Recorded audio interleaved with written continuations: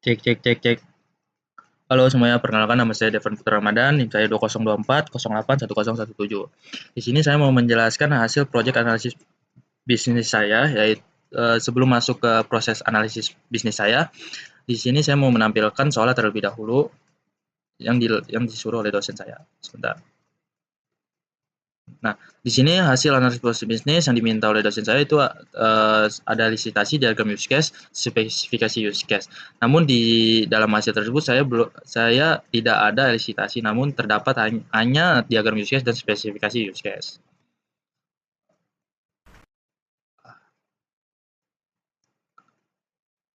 Oke, di sini adalah hasil analisis proses bisnis saya, yaitu adalah Warkop Takara. Di sini saya akan mau menjelaskan seluruhnya hasil proses diagram use case dan juga si diagram swimlane. Oke, di sini ada nama-nama anggota kelompok saya. Di sini juga terdapat ada pendahuluan yang dimana pendahuluan ini adalah bukti bahwa analisis proses bisnis ini merupakan langkah penting untuk memahami dan mengevaluasi berbagai kegiatan operasional dalam suatu organisasi dan perusahaan. Kita lanjut ke latar belakang dan permasalahan yang dimana alur ini sebenarnya alur ini adalah alur yang sebelumnya terdapat ide yang kita buat, yang dimana alur ini melakukan sistem self order. Si pelanggan ini mengantri di kasir memesan peserta rilisan, lalu kasir mencatat pesanan dan menyampaikan ke dapur. Proses ini sering menimbulkan antrian panjang, kesalahan pencatat, terbatasan pembayaran, serta waktu tunggu yang lama hingga selesai dipanggil. Namun di sini juga terdapat permasalahan yang dimana resiko kesalahan pencatatan dan perhitungan, antrian panjang dan waktu tunggu lama, miskomunikasi antara kasir dan dapur, metode pembayaran terbatas dan beban si kasir ini terlalu tinggi dan rumit. Maka dari itu kita menggunakan hasil solusi yang dimana hasil solusi ini kita menggunakan sistem yang namanya self order atau kita bisa disebut kios digital yang dimana terdapat kelebihan di dalam sistem self order ini, yaitu informasi menu yang lebih lengkap. Menu yang lebih lengkap ini adalah yang dimaksud adalah tampilan si foto makanan dan juga harga yang transparan dan juga perhitungan dan pencatatan yang secara otomatis, integrasi langsung ke dapur, metode pembayaran lebih fleksibel, dan nomor antrian secara otomatis, mengurangi beban si kerja kasir.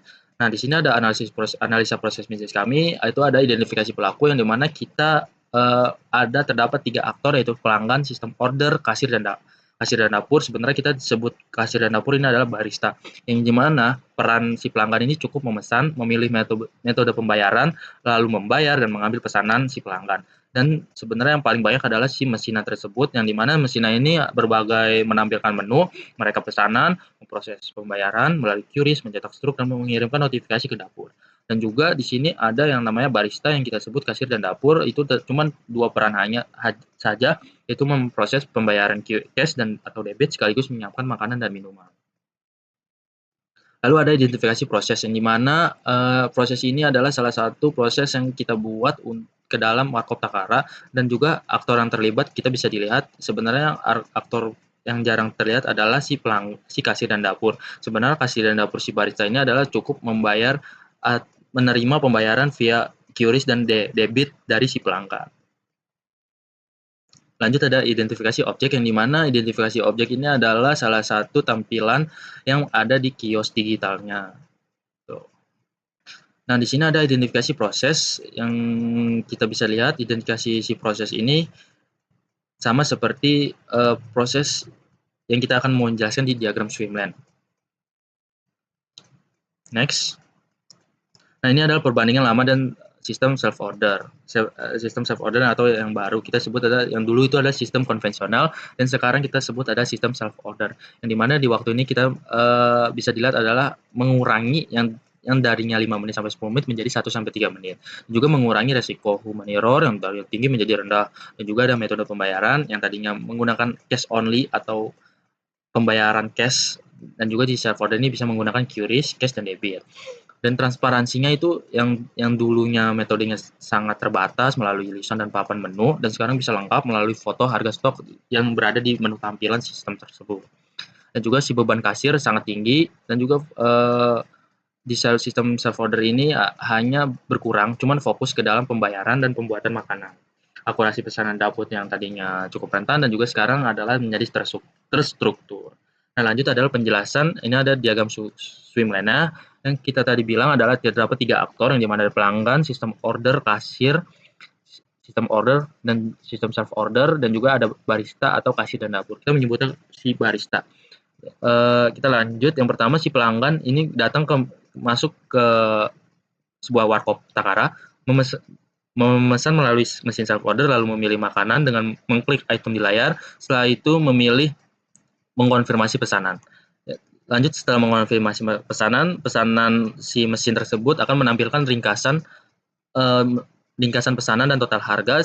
Sistem juga langsung secara otomatis membuatkan nomor antrian dan kode pesanan untuk si pelanggan.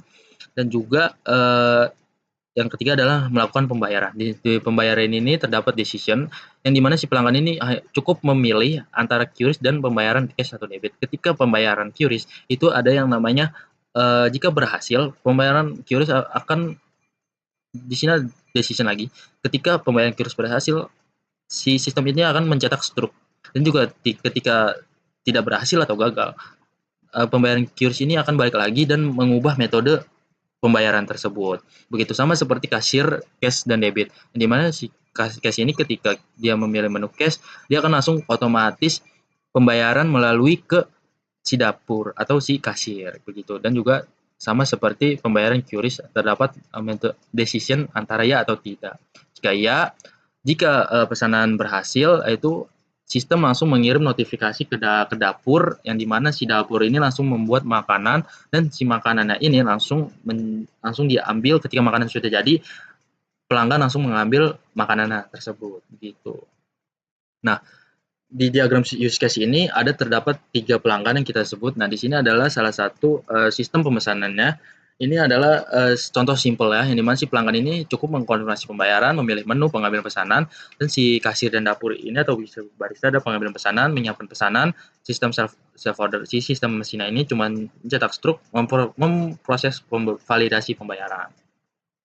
Nah, di sini ada spesifikasi use case yang tadi disuruh hasilnya. Di sini ada use case pertama, yaitu kita memilih menu. Kita bisa lihat yang dimana ada alur normal dan alur alternatif. Lanjut, kedua ada spesifikasi use case adalah konfirmasi pesanan. Lanjut ada namanya use case memilih metode pembayaran. Yang keempat adalah pembayaran via QRIS. Yang kelima adalah pembayaran via kasir. Yang keenam adalah cetak struk dan nomor antrian, yang ini dilakukan oleh si sistem dan kasir. Dan juga ada metode kirim notifikasi ke dapur. Ini dari sistem si self order tersebut. Dan juga yang selanjutnya ada proses dan penyiapan pesan. Nah, yang terakhir adalah pengambil pesanan. Ini daftarnya dilakukan oleh si pelanggan sebenarnya. Kita lanjut ke kesimpulan. Jadi kesimpulannya adalah penerapan sistem self order di warung kopi Takara terbukti meningkatkan efisiensi, mengurangi kesalahan, mempercepat proses pemesanan, serta memberikan fleksibilitas pembayaran dan pengalaman pelanggan yang baik. Sistem ini sesuai dengan konsep semi cafe yang modern, namun tetap nyaman dan memiliki potensi untuk terus berkembang agar bisnis ini semakin optimal ke depannya. Oke, sekian, segitu aja presentasi dari saya. Kurang lebih mohon maaf. Terima kasih.